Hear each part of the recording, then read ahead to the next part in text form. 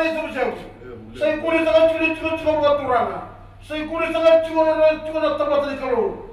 Sakau kini yang masuk kira tempat. Naya pun yang kau ni isu menua. Sarta besar di lulu mata itu. Ina menua nanti ada pira mana turun roh tu cuma. Nak kena mulia tonggar itu.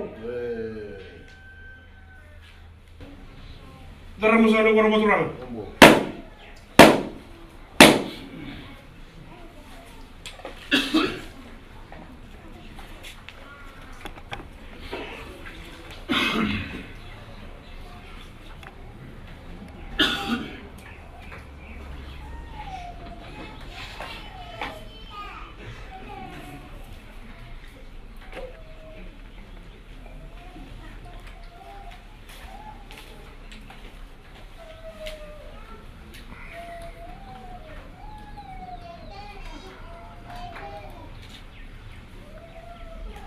Ya, 60 watt.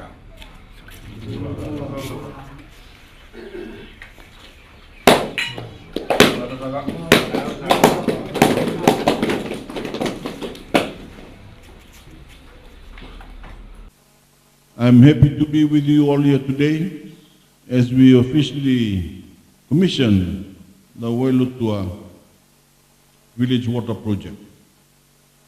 The project, which I promised you earlier this year, as I visited the Tailevu, was made possible through our small grant scheme. All requests for assistance run directly through my office, and because of this, I feel personally invested in their success.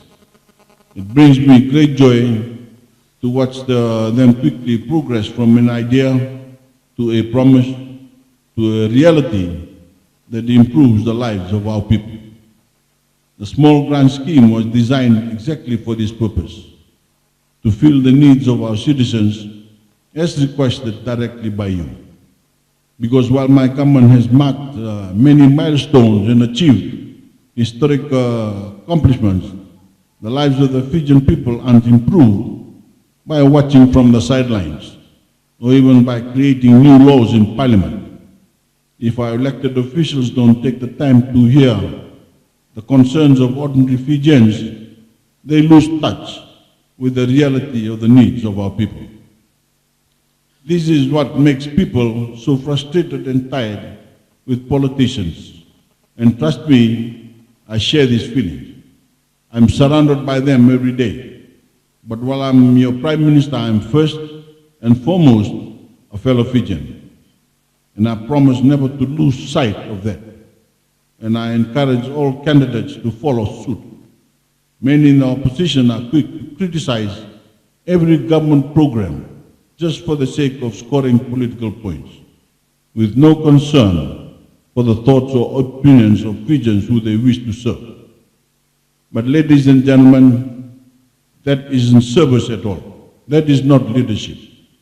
While they are busy making up imaginary problems, my government is focused on creating real solutions.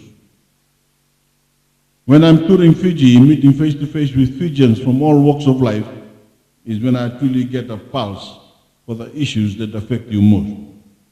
And while the projects that we fund through the scheme vary greatly in the size and the issues they address, from school upgrades to rural electrification to water supply projects like this one, they all serve a common purpose, to give Fijians today the necessary resources to be the very best versions of themselves. And while it may be called a small grant scheme, I can assure you that none of the beneficiaries of these projects feel that the impact on their lives is in any way small. The smiling faces and the tears of joy that these grants are greeted with are certainly proof of how big and how life-changing something like a boat engine, a classroom block, a new road, or water piping can be for a community that needs it. I know that this project is no different, and that over $91,000 spent by my government to make it possible was money well spent. The once unreliable water supply to Wailotua village will now be a thing of the past. A new dam intake new 45,000-liter storage reservoir, and new pipes will come together to ensure clean and steady flow of water to the people of your community, making for a healthier and happier future for you and your families. Ladies and gentlemen, when I say that my government is working to help all Fijians become the best version of themselves, I mean it. We are working to break down the barriers that used to face our people and opening up new doors of opportunity every day. This has been the guiding principle behind every landmark initiative that Fiji has spearheaded under my leadership. From our ongoing education revolution, to the micro and small business grants program, to the support of new industries, and the provision of new access to information. We are helping Fijians help themselves. By doing so, we are making today the greatest time to be alive in Fijian history. But while government can lay the groundwork for Fijians to become the best version of themselves, to truly achieve the best Fiji and feel the benefits of a prosperous society, we need the buy-in of our people. We need to hold ourselves to that higher standard as well. The 2018-2019 budget was widely posted for its focus on families. But I ask all Fijians to take the time, take that same focus and use it to reflect on how they can treat each other, not only as fellow citizens, but as family. Over the weekend, just across Tailevu, we saw a tragic multiple vehicle collision, claim the lives of 6 people, while injuring many more. But while the wreck happened in Singatoka, I know that the hearts of Fijians everywhere, here in Tailevu included, broke with the news. As a tight-knit nation of less than 1 million people, these are more than just nameless victims. They are probably cousins, a friend, or a neighbor. As Fijians, we are intimately connected, and we must never lose sight of that. And I know that Fijians everywhere share my anger and disgust that some individual would be so irresponsible to post images of the deceased on Facebook, or in the case of an insensitive newspaper, posting video of a grieving child who had just learned of the death of the loved ones. At the scene, some stooped so low as to dig through the pockets and steal possessions of the victims, even taking the boots off their feet. And unfortunately, this isn't the first time we have witnessed such evils. That behavior is despicable, as it is cruel, and it is unacceptable in Fiji.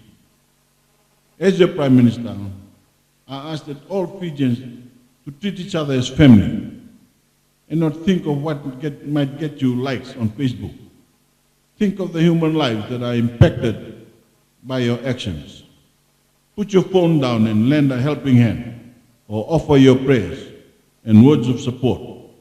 And don't let the evil of a few spread even further by pointing fingers along ethnic lines. Indeed, think ethically, not ethnically. As a nation, we need to mature beyond this. We cannot, and we must not let the words of us come out in times of tragedy. Because without family and without values of basic human decency and respect, all of the progress that we have fought for is meaningless. Above all else, we must believe in the humanity of Fiji. But through this tragedy, brought out the worst in a few. It brought out the best in so many more of us. In our grief, the nation came together to condemn those immoral actions, and thousands offered their condolences.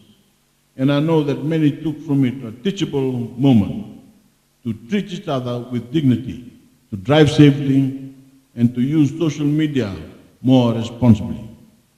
In honor of those who lost their lives, let us all make a promise to ourselves to ensure these lessons stick. My fellow Fijians, by working to cast aside our differences and come together with renewed values and a common purpose, we will create a brighter future for everyone. This has been what's driven Fiji's recent success today, and is what will continue to fuel our progress tomorrow.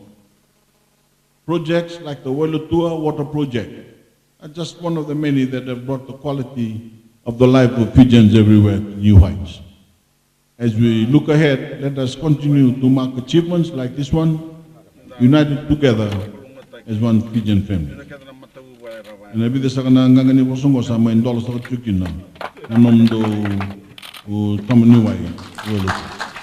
Nasa bolo.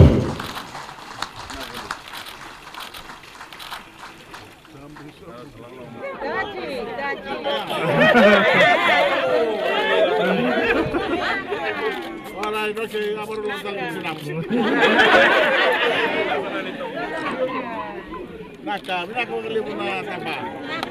Para mana? Hindi ba ko ko eh? Yo, naka.